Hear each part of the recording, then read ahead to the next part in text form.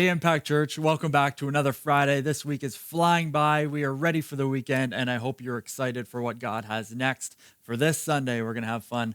But tonight, we're going to talk about the next value in our series of values of Impact Church. And tonight, we're talking about God's presence is our pursuit. I love this concept, and this is something I'm passionate about. I love chasing after the presence of God. There is nothing greater. But how would you really describe the presence of God? I mean, God himself is indescribable, but if we were to try and put human limitations on describing the presence of God, what would we say? You know, God's presence really is absolute peace. You know, I feel absolute peace when I'm in God's presence. It is explosive joy. It is abounding power, and it is also radiant glory. I think is one of the greatest ways we can describe the presence of God.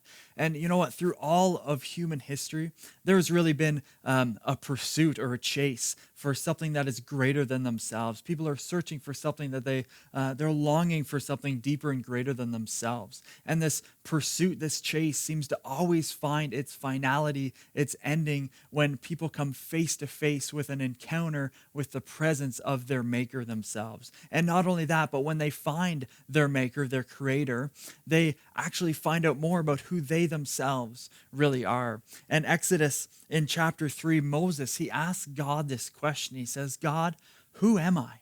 And God has a really unique response, actually. He says something kind of out of the ordinary. He says, certainly I am with you. And to me, I'm like, well, that's not really answering the question. God, what does that mean? Right? He says, who am I? And God responds by saying, certainly I'm with you. So to me, that must mean that the most important thing about you is God's presence. See, your identity isn't tied up into what you do, what your vocation is, or how much money you make, or the things that you possess. Your identity is about who you possess, and that is God's presence, and that is firmly the most important thing about who you are, about your identity. And a lot of the time we think that, or the church as a whole thinks that increased knowledge, increased understanding about who God is what is most important. But revelation knowledge or revealed knowledge of who God is really is only an invitation for an encounter with Jesus. It's actually a longing for more. It should be shaking a desire for more of who God is, not just chasing after revelation knowledge, but it's an invitation to draw us closer to Jesus. Ephesians 3:19 says it this way, to know the love of Christ with surpassing knowledge, that you may be filled up to all the fullness of God. You see, knowledge should only lead to the presence of God. It should draw us into a further relationship with him. And our truest nature of who we really are, it'll never come into fullness apart from the presence of God in our lives. And it's not the knowledge that'll take us there, but the presence that'll take us to the fullness of who God has for our lives, or what God has for our lives. And our primary mission must be to be a carrier of this presence of Jesus. You know, we are carriers, we are possessors, and we are also distributors of the presence of God, which I'll get to in a little bit. But the presence of God must cause us to live differently, to live at a higher level that God has called us to. And I love an analogy that Bill Johnson gives. He talks about when Jesus was baptized and the heavens opened up and the Holy Spirit came down upon Jesus as a dove. And he gives this analogy of what it must be like to walk with the presence of God, as if you had a dove, physically a real dove on your shoulder, right? It would cause you to walk differently because the mindset of how you live would not be focused on just you internally, you yourself, but you would have an external understanding of what you are carrying, right? You're going to walk a little differently thinking, whoa, I got this dove on my shoulder. I'm going to walk a little bit differently, right? And that is what we must do. We must walk with God's presence in mind, and it'll affect every single area of our life. Now, in Exodus 33, verse 19, Moses asked to see the glory of God. He wants to see God's face, God's glory. And later in Exodus 34:30, he meets with God.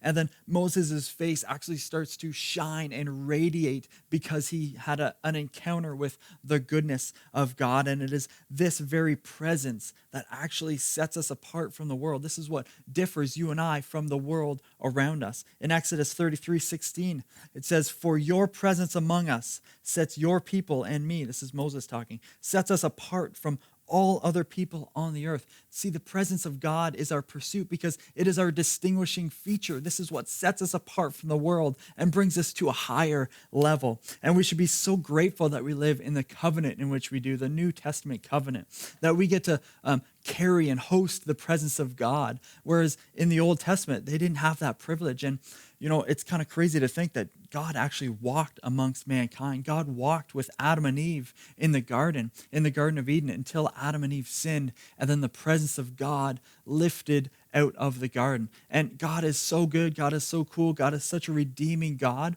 that he actually used a garden to bring the presence back. You see, when Jesus came back to the earth when he came back and when he was risen from the grave, he was actually risen in a garden tomb, right? God was bringing back his presence to humanity through the sinless nature of his son Jesus in a garden. That is how great and awesome our God is, by redeeming everything that has been lost. And it is this presence of God that distinguishes us and that sets us apart. And it's the difference in leadership. It's the difference in leadership between King Saul and the difference between King David. All right, David said this in Psalm 27, verse 4. He said, here's the one thing I crave from God, the one thing I seek above all else. I want the privilege of living with him every moment in his house, finding the sweet loveliness of his face, filled with awe, delighting in his glory and grace. I want to live my life so close to him that he takes pleasure in my every prayer. And what's so great is that when we are filled with the presence of God, our prayers will align with God the Father's prayers as if he is praying them himself, whether we're speaking them or not. I've had some encounters with people where I've prayed for people and there's been a healing or a divine miracle that's happened without words being spoken, because it is not our words that heal people or not our words that bring about miracles, but the presence of God that is miraculous. I simply have these encounters where, and it is accessible to every Christian.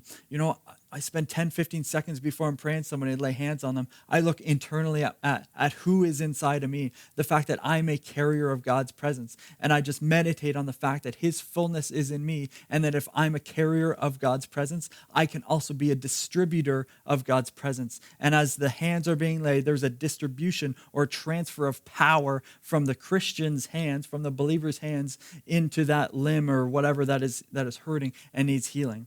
See, it is not our words that brings breakthrough in people's lives. It is the presence of God, and you are a carrier of the presence of God. You're a possessor, but you're also a distributor of the presence of God, and that is why his presence is our ultimate pursuit.